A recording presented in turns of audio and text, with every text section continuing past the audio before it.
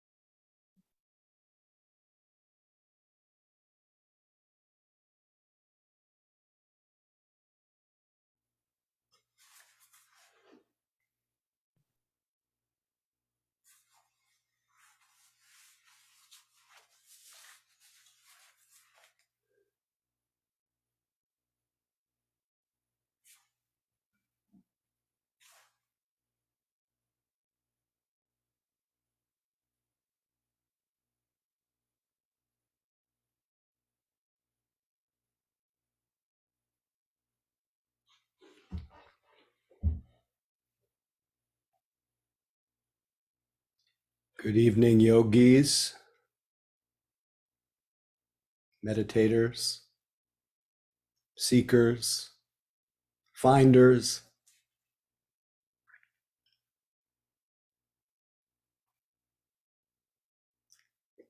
Glad to see any of you who have your camera on, more the merrier.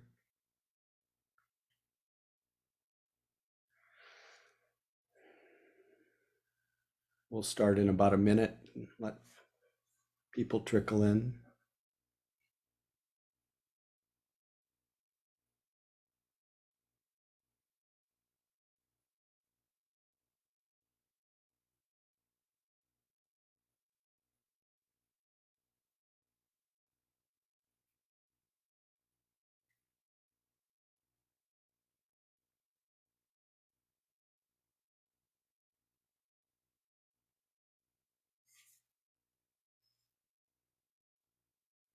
All right, so to remove any weirdness, strangeness of the online experience,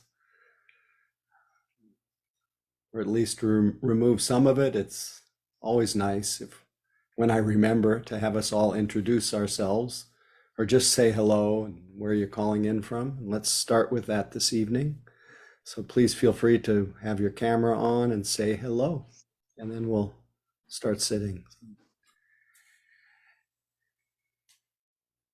Glad to see your faces. Don't hesitate to unmute. Hi, Mary from Santa Barbara. Hi. Hey, Mary in Santa Barbara. Hello, Paul from Tahoe. Hello, Paul. Welcome. Hey, Laura from Maryland. Hey, Laura. Glad you're with us tonight. Mark, I'm calling in from San Francisco. Hey, Mark. Always good to see your face. Brenda calling from the rainy Sunshine Coast in British Columbia. Oh, rain sounds wonderful.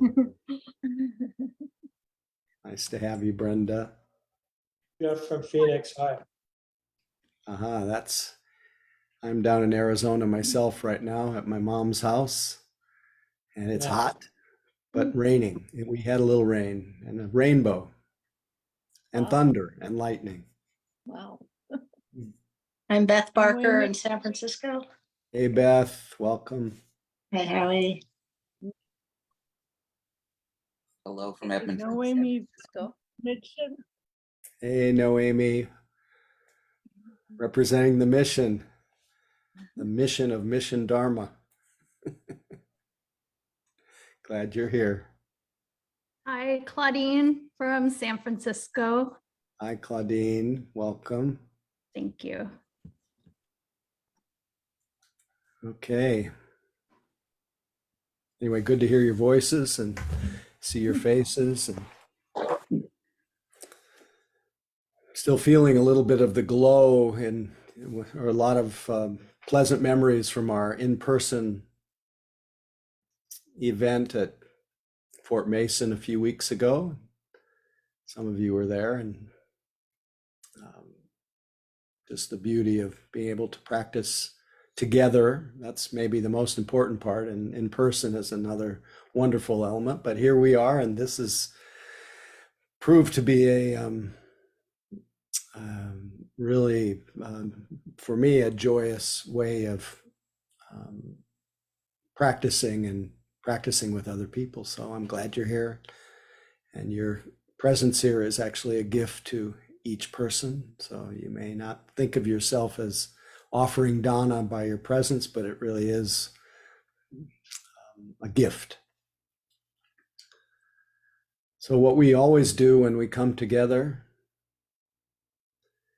or at least what I like to do, is I like us to, one, acknowledge that we are here, that we are experiencing the living present time experience, and in order for us to know that that's happening, we have to be aware. And so we start with that ultimate fact that we are aware here. And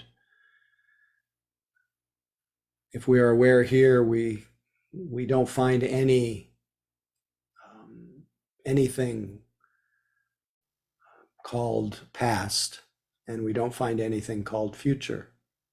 We know that these are just ideas. And we don't even find anything called a present. We just find reality. We find being aware here. And there's nothing more amazing than this and easily overlooked. And it turns out that when we are here and know that we're here, we've, at the same time, without even intending to, we've stepped out of our internal drama. We've stepped out of the maniacal focus on our mental world, our mental formations, our thoughts, which means we've also stepped out of the thoughts of ourselves. Often the thoughts that form a view of ourselves, never ourselves, just a view of ourselves. And so just being present, we step out of that whole construct of self. And we jump right into life, which doesn't have the same hard boundaries that our imagined self has. It's connected with everything, with nature. And so when we're here, we come back to nature. We come back to our living, aware nature, just nature. Seeing, I'm seeing you right now. I'm feeling this body, and I'm hearing the sound of silence, feeling the aliveness, the breath. And I notice that here in that living present, what we call the living present, there is a lot less, because there's a lot less of me, the imagined me, there's a lot more peace, a lot more okayness. And our meditation practice can, in some ways, enhance or exploit that release of so much drama, which we can't even find on present evidence in real time, because it's always of the past or the imagined future. So with that, with all those that potential in mind to step out of the stream, the mind stream of distress, the potential to connect ourselves with life, we give ourselves wholeheartedly, our whole heart, to reality, rather than giving our whole heart to our imagination, to memory. We can give attention to memory. It's a magical part of the display of our consciousness, but it cannot really define us.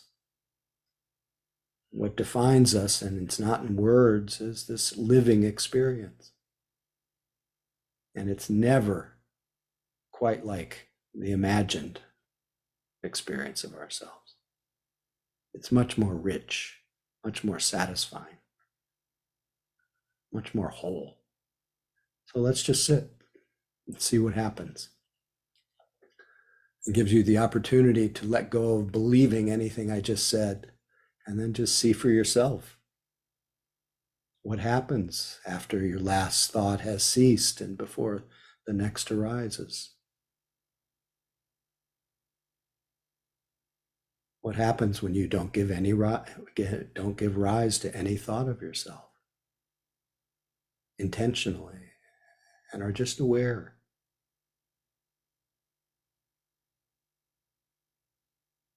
Of course, to remain in any way continuously aware, it's helpful if we have an anchor for our attention here, which is, so the first thing that we do is find our body, which is always here. We let our body call us here. Let our mind fill our body, and let our body fill our mind.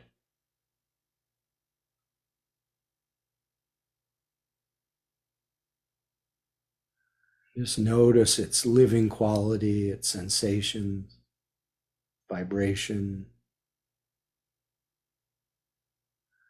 Notice its waves of sensation when it breathes.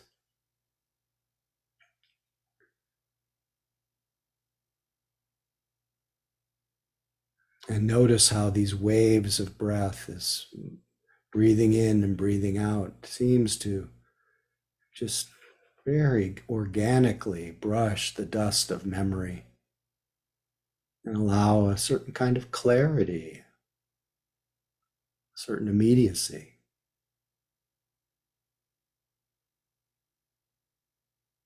No need to strain to clear our mind. Our mind just clears by itself when our attention is anchored in our body and our breath.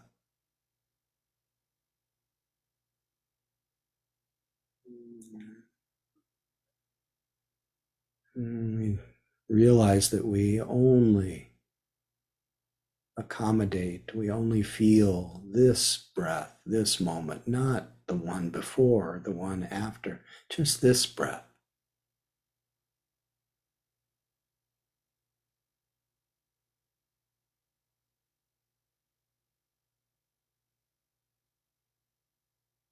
And we let our body and breath guide us to a calm abiding. As the Buddha described it, as a pleasant dwelling in this very life.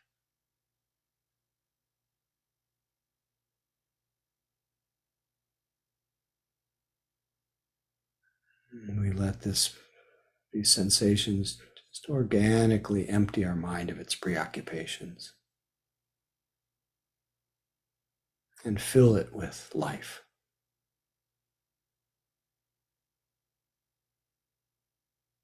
And allow us to listen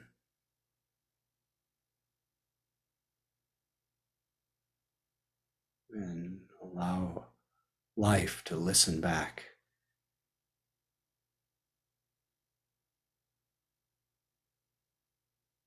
Just this breath, just this moment.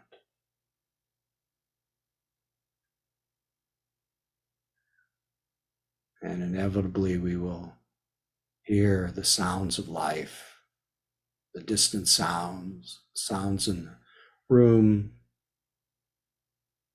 sound of silence. We'll also hear the noise in our mind that may come from time to time, the thinking mind.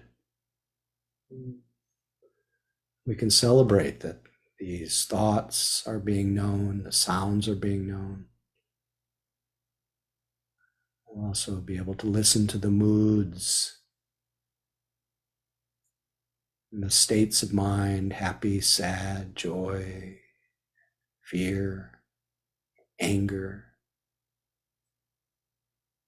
states of quiet, calm, ease. We let whatever state, whatever thought, whatever sound, whatever sensation arise and fade, and let each presently arising experience liberate itself, rise and fade as it will. And we simply remain in a state of lucid awareness, listening, knowing the flow of experience. Just this moment, just this body, just this breath, or whatever presents itself.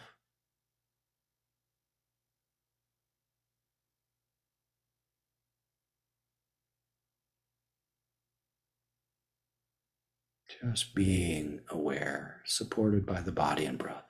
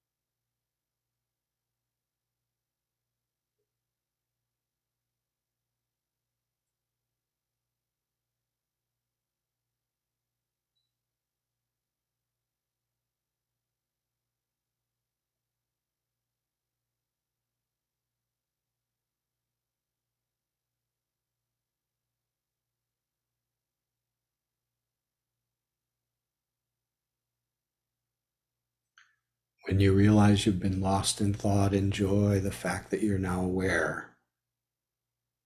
Don't look back. It's so natural for the mind to get absorbed. Appreciate that reawakening. Let your attention settle back into your body. Settle back into the breath. Or whatever calls you here.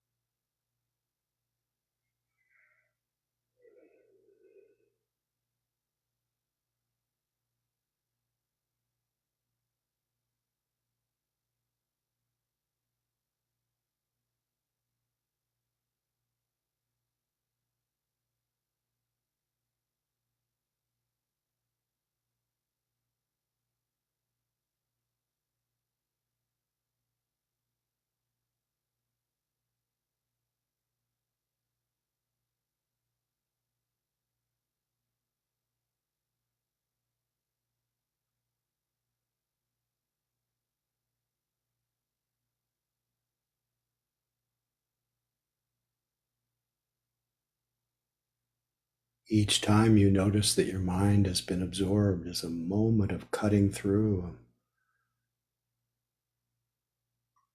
a moment of stepping out of the ideas of yourself. See what is this experience after the last thought has ceased and before the next one comes? What am I? Who am I? What is there?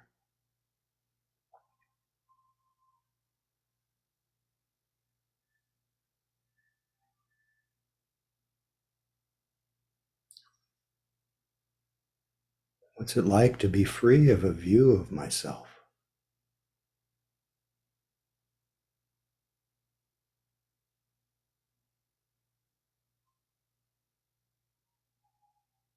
And just feel this breath, this body.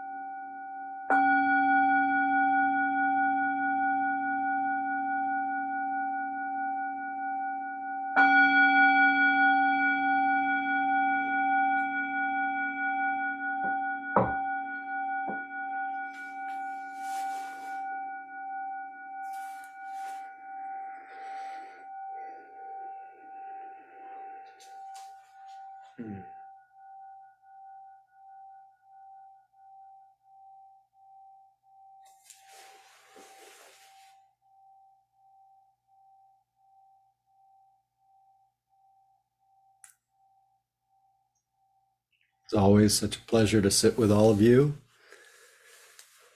Felt the blessing of it and the goodness of it.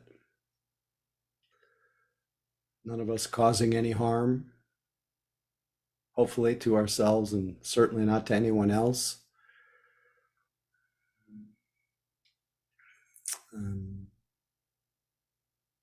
Just what a wholesome experience it is to practice together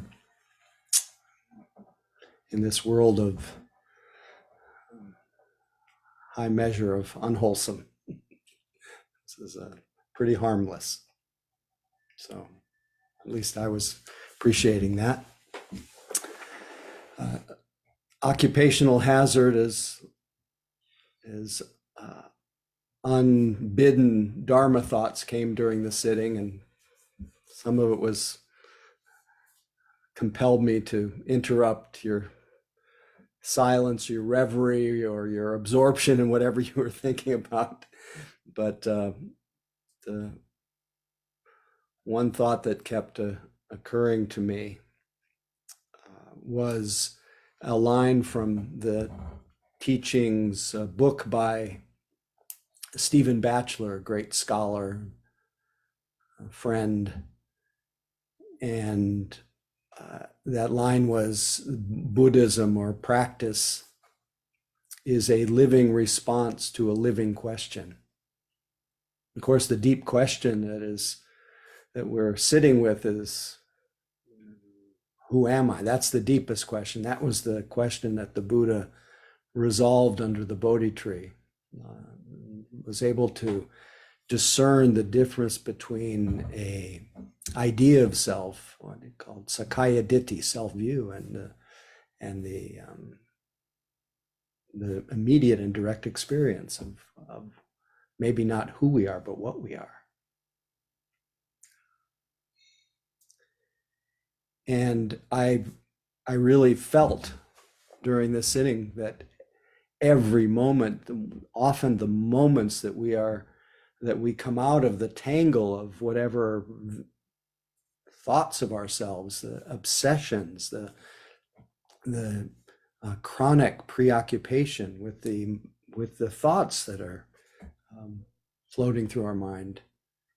Wonderful to be able to notice the thoughts flowing through our mind. They're just part of an expression of life. Their thoughts are in our mind door of perception, like a sound is to the ear door, or as a smell is to the nose. It's completely natural, but the tendency is to be absorbed in them and be lost in them and fall into a case of mistaken identity and believe that the thoughts of ourselves are ourselves. So that moment when we wake up in the middle of the practice, the tendency is to then create another thought of self that says, I should not have been absorbed in thinking. And then incarnating in that thought and then feeling badly about ourselves, which is, it's a form of insanity, when really it's just a thought. And a thought of ourselves, that realization, if we're paying attention, a thought of ourselves is not ourself. It's just a thought. And so that opportunity to, when we, instead of in that moment of coming out of the tangle or the absorption and whatever I was thinking, to be actually sense what's happening. What's happening? What am I? Who am I after that last thought has ceased and before the next one comes? What happens when I am free of my usual obsessions and preoccupations? I think every other week I remind you of the words of Sri Nisargadatta Maharaj, who says that when the mind is free of its usual preoccupations, it becomes quiet. And if you don't disturb that quiet and you stay in it, you discover that it's permeated with a kind of light and love. Light is the kind of the luminosity of mind, the clarity of mind, and love, which is the expression of that, the openness, the responsiveness, compassion, joy. And what else does he say? He says, when the mind is free of its preoccupations, it becomes quiet. If you don't disturb that quiet and you stay in it, you discover that it's permeated with a light and love you've never known, but you recognize it as your natural state, as your own nature. Once you've tasted this, you won't be the same person again. The unruly mind will inevitably break that peace and obliterate that vision, but it's bound to return if the effort is sustained to just tune in to the moments of being aware. As he says, until all bonds are broken, grasping and attachment, or what I would say misidentification, ends and life becomes supremely concentrated in real time, in the present. So that's such an opportunity to sense, instead of looking back and then creating a new identity that's worthy of being judged for wandering, we wake up and tune in. What am I? Who am I? What is this experience of waking up, of being aware, free, at least momentarily, of a view of myself? So following that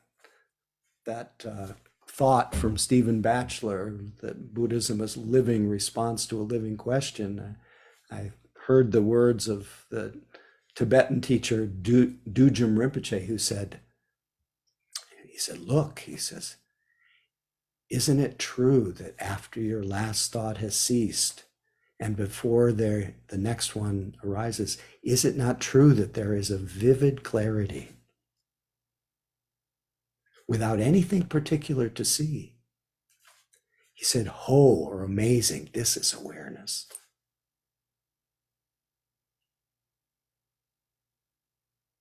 He says, but isn't it also true that a thought suddenly arises?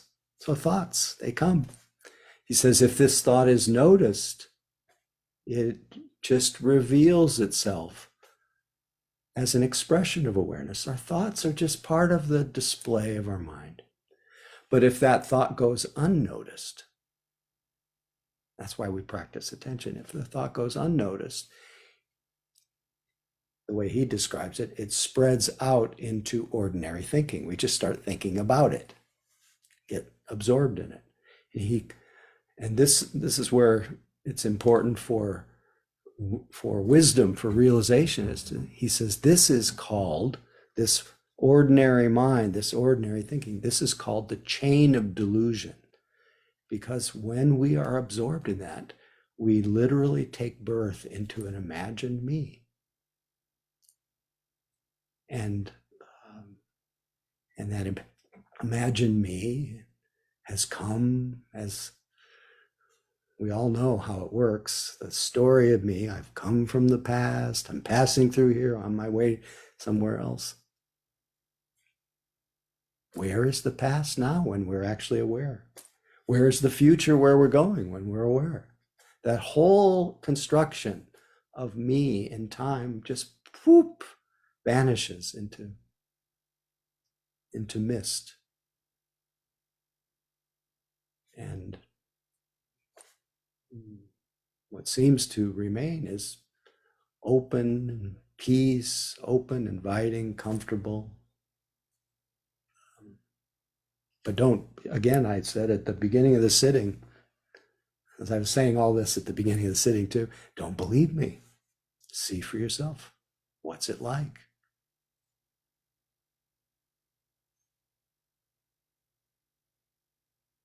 So I couldn't resist interrupting the sitting to just say, this is the time, this is the chance to stop it. Stop believing that whole little dreamscape that you got into.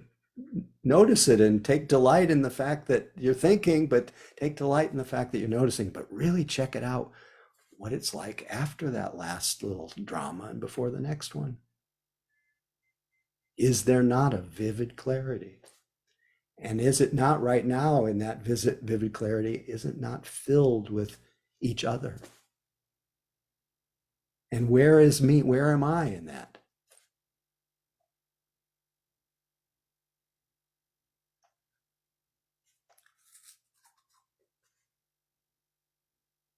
So in that There's no need for an I. There's no need for a me. There's no need for a mine. There's just all of us. That's why the whole point of seeing through the illusion of a separate self that we get so caught up in is the opportunity to see through the illusion of other and help us experience that sense of non-separateness. Anyway, so I just wanted to say some of that because I just got taken by those Dharma thoughts, and I figured you wouldn't mind. But maybe you did, but that was just your mind. That was your mind minding. And so we use it. It's all grist for the mill. We use even all those irritated thoughts as just objects of meditation. And then everything's workable. And we don't have to have the world conform to our preferences. It can have irritated thoughts and then they're just thoughts. So any questions about anything that you noticed tonight, anything that I said, any topics, of course. This is the opportunity to kind of check in, and then I have a little thing I wanted to offer toward the end, but curious. Karen, please feel free to unmute. You seem to be the first one I caught. Please feel free. Well, your invitation to acknowledge irritated thoughts was irresistible. Yeah, and I sometimes I get so caught. Like right now, our neighbors who we share a wall with, but also their patio is right up against that wall. Seem to be having maybe their third or fourth social gathering in the last 5 days, and I just don't seem to have any control over how victimized and resentful I feel at this point, especially trying to meditate during it. And That's certainly where the rubber meets the road, isn't it? That's those unavoidable, challenging moments. yeah, so if you could kind of remind me how to,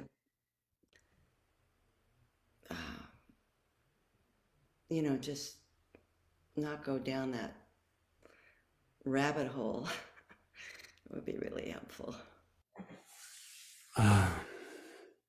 There's a phenomenon on retreats. You've been on retreats before. Yes. So there's a phenomenon on retreats when somebody makes a lot of noise.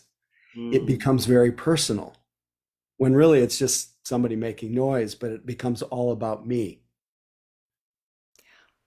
And so it's usually there's some version of this is affecting me. So it reinforces the sense of identity. Right. We get very identified with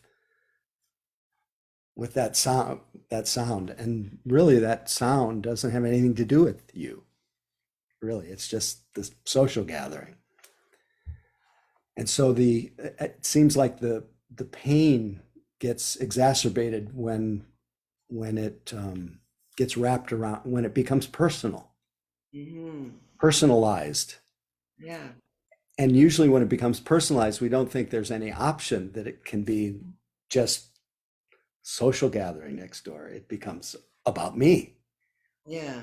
So if you can also put a light on an equal light on the meanness, on the identification with how it should be, or whatever it is that's where the self has gotten coalesced or coagulated into a victim, as you call it, victim, to actually experience that.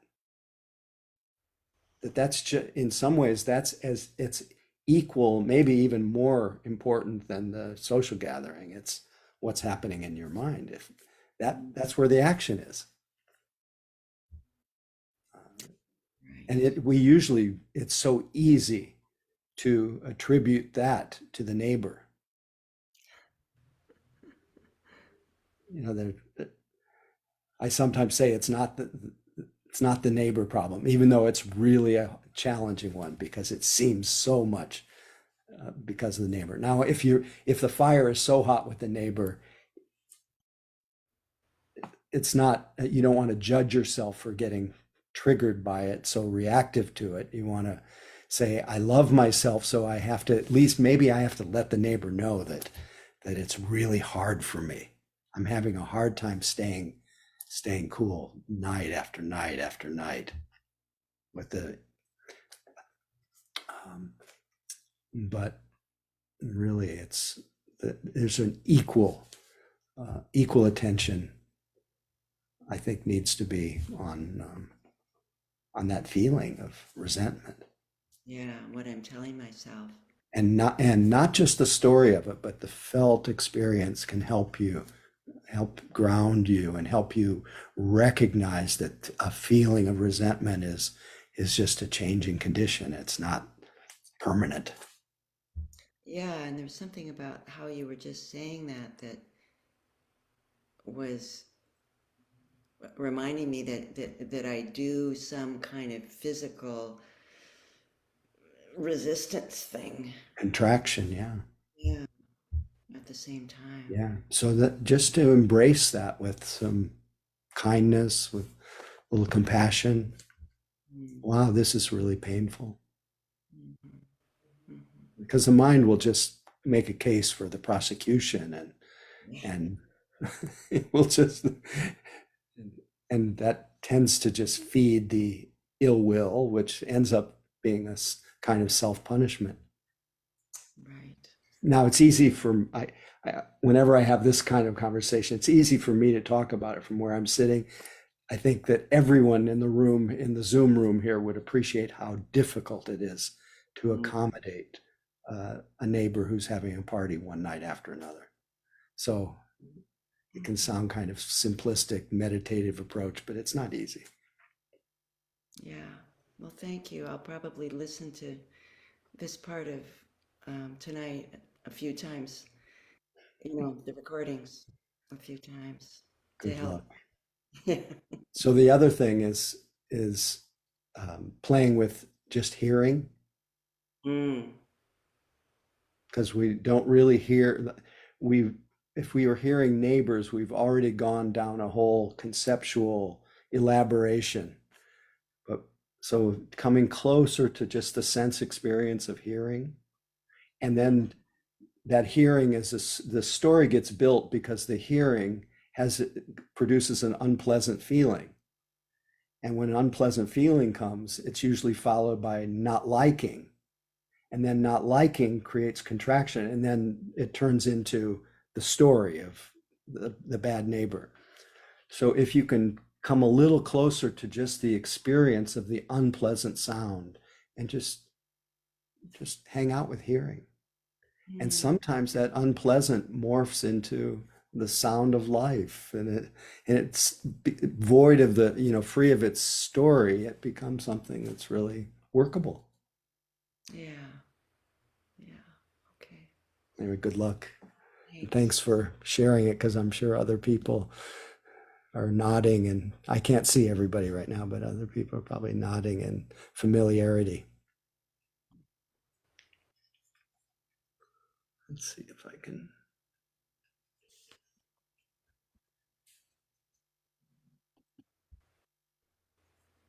Gallery. Anyone else before we? Mark, please. Hi, Howie. Thank you. Thank Um, you. Oh, there's Mary next too. Okay. Please. well, I've been having a real hard time, depressed, sad, all that good stuff. Hmm. And so I'm not going to get into the big story because I have a therapist. Um, but so I want to confine it to my experience with meditation. And what I want to ask you is when you're talking about thoughts, are you talking about discursive thinking? You're talking about words coming through, or can they just be non-discursive and just awful feelings, painful feelings? Um, Hmm. I'm not exactly sure how to say this, um, but the other part I wanted to say is that about the discursive thinking is that I was never, I mean, I've been going to your sittings and other people's sittings for a long time, and so I've understood a lot about Buddhist teachings, and some of it has really um, gotten through to me. Um, but I can't live it.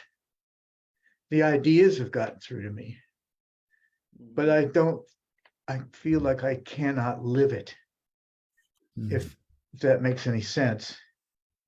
Well, And that's so I noticed a lot of doubt, which often forms with me, sometimes, I mean, sometimes when I hear you, especially because you're the one I hear mostly these days, about how these thoughts are going to resolve and go away, and then you can see through them and you can be aware of them and all that stuff.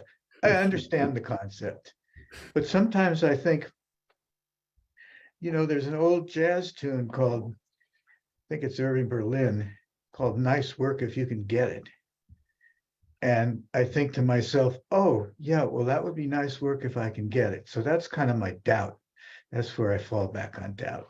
so now I wanted you to check something out right now. This is not to avoid what you said, and I really appreciate you sharing it with the group. And I'm sorry that Thank you. that you've carried such a burden. Thank you. But notice you talked about doubt.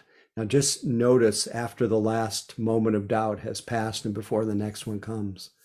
So don't, without, looking back or looking ahead, what's it like right in the moment when your mind is at least momentarily free of that doubt?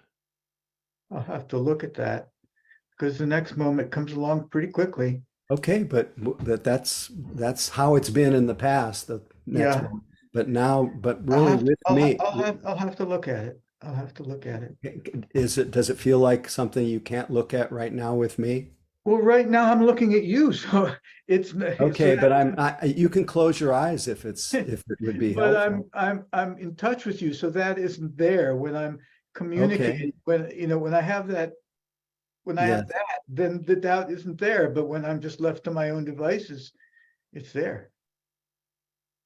okay. And is it there frequently, all the time, some moments? Is there I don't know how to answer that. It's there a lot when I'm trying to understand something, especially about meditation, and am I, it doesn't feel right, and Howie is saying, oh, be excited, celebrate when you've noticed this thought, because now you've noticed this thought and here you are. And I go, fuck that. Nice work if you can get it. And but I appreciate you. I know what you're saying, but what I'm saying is that I know what you're saying, but I don't feel I can live it. Now, when I'm talking to you or anybody else, I'm not, all of a sudden I'm not alone anymore, and that changes everything. so it's something about being alone alone with the thinking mind. It's really hard Yes, to yes, step yes. out of your I obsessions. think that's a big part of it. Yeah. I do. And so it's, Yes, thank you. Yes, I do think it's yeah, it's, you know, with that, with that chronic experience, it's painful. You know, that's hard to be, it's really acknowledging that it's really painful Thank you. Yeah, I appreciate yeah. that.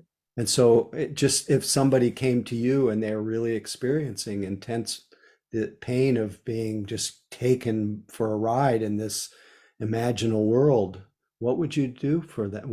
How would you feel for them? Well, this is interesting because it hasn't happened in exactly that way, that if they put it that way. But I have a friend who's has brought to me a lot of, she's going through a crisis. She's always going through a crisis. And and she's a therapist too, which is really interesting. But I have actually been able to help her by listening to her and noticing how she's thinking and helping her, you know, noticing this happened a couple of days ago, noticing that this really seems to be escalating. And, you know, I've noticed that this is kind of crept up on you. I don't want to take up all your time. And so I was actually able to hear her and help her. I mean, Right. we were just on the phone, but so I am able to do that. So, Yeah. so I guess you're, you're likely very sympathetic. You're probably very kind to her, and um, I would think so. And of course, all the Buddhism has given me a lot of tools too, you right. know, because I hear things going on with her, and the Buddhist teachings has given me a lot of Yeah. tools for that. So I guess what I was trying to get at is the Yes. likelihood that you would be friendly, that you'd be kind, that you'd be compassionate to her pain.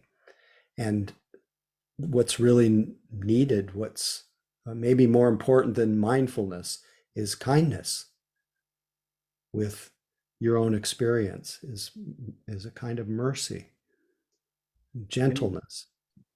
And somehow if you could just a little bit of kindness, a little bit at a time. You don't have to be the world's greatest kind person. Just be just a little gentle. I need to be gentler and kinder to myself, Yeah, and that's for sure. a little bit, Yeah. a little bit. And if you, yeah, just a little, just say this is hard. And Oh, I say that. I know it's hard. There's no doubt about that. But I know it's all. But I also can tell myself, oh, this is dukkha, yeah, and this is that's a tool. exactly. You know, And putting. Yeah. that's the wisdom side, Yeah. but also wisdom needs a little bit of, it needs a little love too. So Thank you, Howie. take care, Mark. Mary, last but not least. Hi, I don't know if I'm the person to follow this one, but When it rains, it pours, huh? no, I have a totally different experience. I had been a little upset about things. We keep getting these rent raises, and we're all kind of like, oh my God, you know. And I was like, kind of, you know, the wheels are turning, you know, how to deal with this, how to resolve this problem, blah, blah, blah, blah. And I actually went and sat on the beach for a while, felt better. But I'm telling you, when I got into the meditation tonight, whatever you were saying, it all just really dropped away. And I was really just here now. And it felt so good. I can't thank you enough. Really, it was just like so in my head, you know. And I don't know how long it'll last, you know, but it felt really, really good. I thank you very much. I needed that. Pleasure. And it just, you know, Mary, you're just reminding me, and I think it's also probably true for Mark. I think we need to practice together. We need Yes. company. Nobody does this alone Yeah. very well. And I think the I combination agree. of having our own personal practice and practicing with others is the real secret sauce. and and if I if I'm really isolated in my thoughts and my obsessions, that's really a signal that I need to spend more time practicing with other people. But it is also the wisdom of the good teacher. You are a good teacher. I've been doing this, a long time, and I really appreciate your teaching very much. Thank you. But the other thing I wanted to say was that it wasn't like not thinking in my head. It was just the experience. I don't know if I can if I'm putting that into words correctly, and I think that that's the key, which you had said something earlier. Once you experience this, even if you maybe have trouble getting back to it sometimes, it's there. You know what it feels like. You know there's another place that you can be or inhabit or something. And I think that is the thing to just have it be your experience, not to be. As Kala Rinpoche put it once, says if you've had one taste of Right. simple clarity, that you can refer to it all the time, to that ever-present wakefulness and clarity. Because that It's ever-present there. wakefulness and clarity, Mark, even for you, that the awareness of obsession is not obsessed. The awareness of thoughts is not thinking.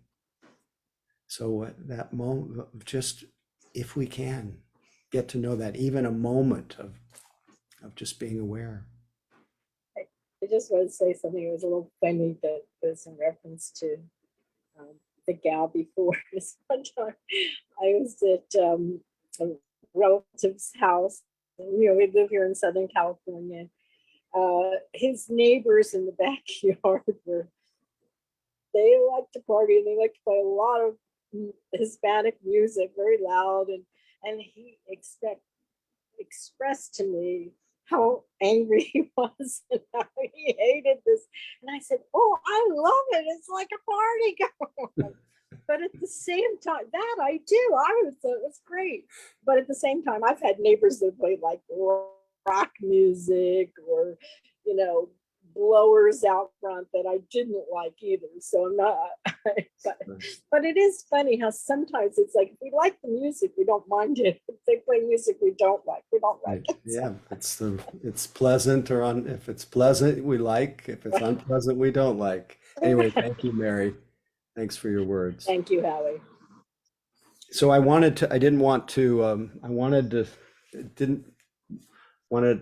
didn't want this to be squeezed till the last moment, but it looks like I didn't manage the time well, but I wanted to acknowledge that one of my friends and colleagues, Wes Nisker, for those of you who may not have heard, recently passed away.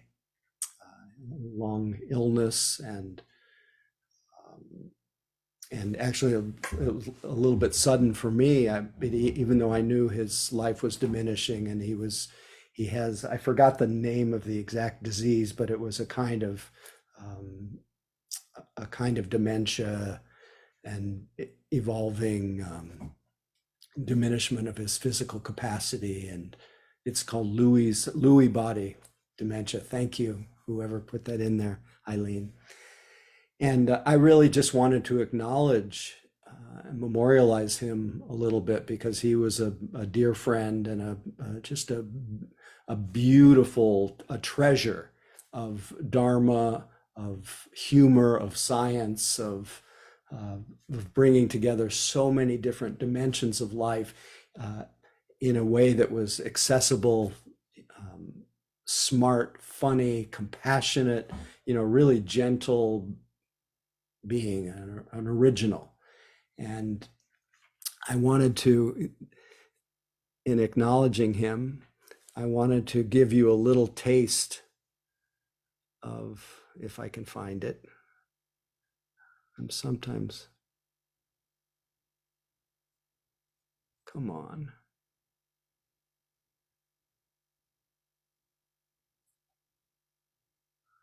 Okay.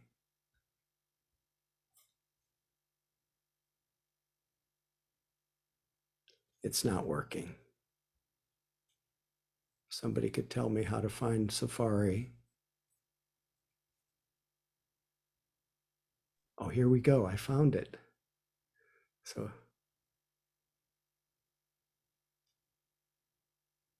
this is just a few minutes of Wes, and enjoy him in case you've never.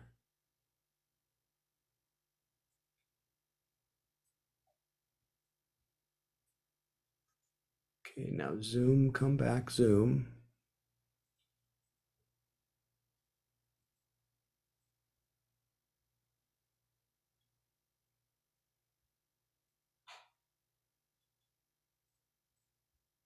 Okay.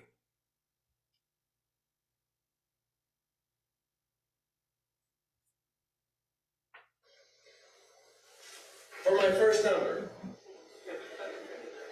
I'd simply like to remind you all that we are traveling together on this little rock, hurling through space at many thousands of miles an hour. And you don't even have to hold on. Ta-da! Astonishing. A cause for wonder. I wonder, and I'd like you to ask yourself, what are we doing here? Existentially speaking. Where did we come from? Where are we going? What is this all about? Ever since we humans grew these big brains, we've been asking ourselves these questions.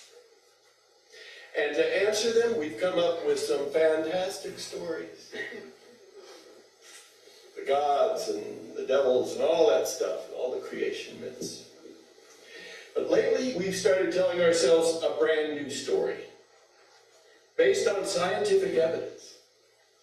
And tonight, I'd like to share a few episodes of that story with you. So let's go back to the very beginning. The scientists said that there was nothing, and then there was a big bang. But some people said, if there had been nothing, what banged? So the scientists said, good question. And they went back and they finally decided there was something. There was a dot. A singularity. A point much smaller than an atom. And so it came to pass, saith the scientists. This is a new creation myth. We want to put some flourishes into it. And so it came to pass, saith the scientists, that 13.7 billion years ago today. Why not? Happy birthday to you too. 13.7 billion years ago today, that dot exploded. And out of that explosion came space. Enough space to contain an entire universe. And out of that explosion came time, enough time for a universe to be born and grow old and die. And out of that explosion came the elementary forces and the elementary particles and the elementary elements. And they began mixing and morphing, eventually creating billions of galaxies full of billions of suns and planets and the earth and the mountains and the oceans and the forests and the buildings and the people and the animals and the bicycles, tables, shoes, chairs, you, me, everything we can know of and name. And it all came out of the explosion of a tiny dot much smaller than an atom. Now, isn't that more plausible than the idea of a God who created everything in 6 days? Take your pick, take your pick. Here's an image for you. A trillionth of a trillionth of a trillionth of a second after the Big Bang, the universe was 6 feet in diameter. Now that's the universe you can get your mind around, you know? Take it home, put it in the corner. Now one scientist estimates the universe to be 10 billion trillion cubic light years large. Sound about right? Approximately, okay.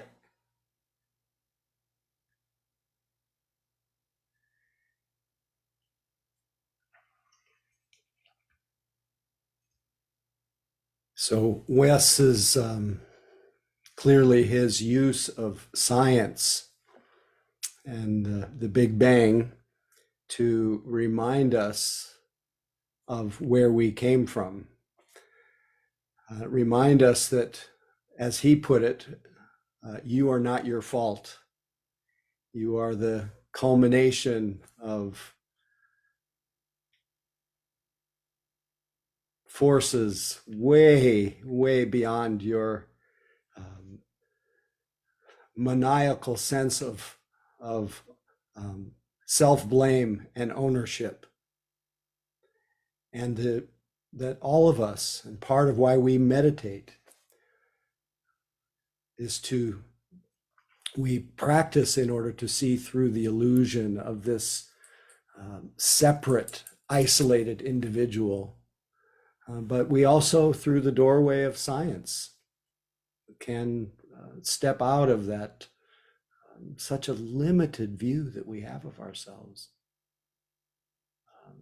So I highly recommend that you go back and watch some of his teachings, his videos, and just remind yourself every day, your mantra for the next week or for your whole life is or you can say it in a personal way, I am not my fault. Just keep reminding yourself of that. And you'll be in touch with Wes, you'll be in touch with the deepest truths. And hopefully that will help you remember that your neighbor, it's not their fault. And the world is just made up of all of these non-separate causes and conditions. So let it be a doorway to compassion. And may we all learn to survive with each other. Anyway, thanks for hanging out together tonight. Just want to make a couple announcements, and then maybe Mary has something she may want to share. Maybe I'll let Mary have the floor first. Are you there, Mary? I guess Mary's I gone. am indeed. Oh, there you are. I'll let you So- go at it first, and then I have one announcement in case you- Okay, all right. That way, okay. So anyway, just a quick reminder, you know, evenings like this are so sweet, and just this whole thing arises out of our generosity, out of Howie's generosity, out of the generosity of those that came before, of you showing up to support each other, and it's just, you know, so and if you can offer financial support to our lovely teacher, you can offer Donna in the following ways. It's in the chat via Venmo, PayPal, other ways, but thank you so much in advance. It is always greatly appreciated. And back to you, Mr. Cohn. Thanks, Mary. Okay, my only announcement is I have a half-day retreat this coming Sunday connected to Spirit Rock. So you would go to spiritrock.org to get any of the information, but it's entitled Loving the House That Ego Built. It's a topic that is near and dear to my heart. It's about the whole construction of self and learning how to regard ourselves with a lot of kindness in the face of all the non-personal causes and conditions that are outside of our control, that made us who we are. That's just one element of it, but an opportunity to really practice together and to relate to this sense of self rather than relate from it with kindness. So I hope to see you all there online. 9:30 to 1:30, I'm pretty sure, is Loving the House That Ego Built through Spirit Rock. Anyway, thanks for your practice. May it our time together be shared freely with all beings, all the goodness of our practice, and let it be shared with a wish that everybody can find that sacred happiness that's beyond sorrow, those here and now, always here and now, and that all beings can have more equanimity and be less reactive, and that all beings just have less suffering. Anyway, thanks again.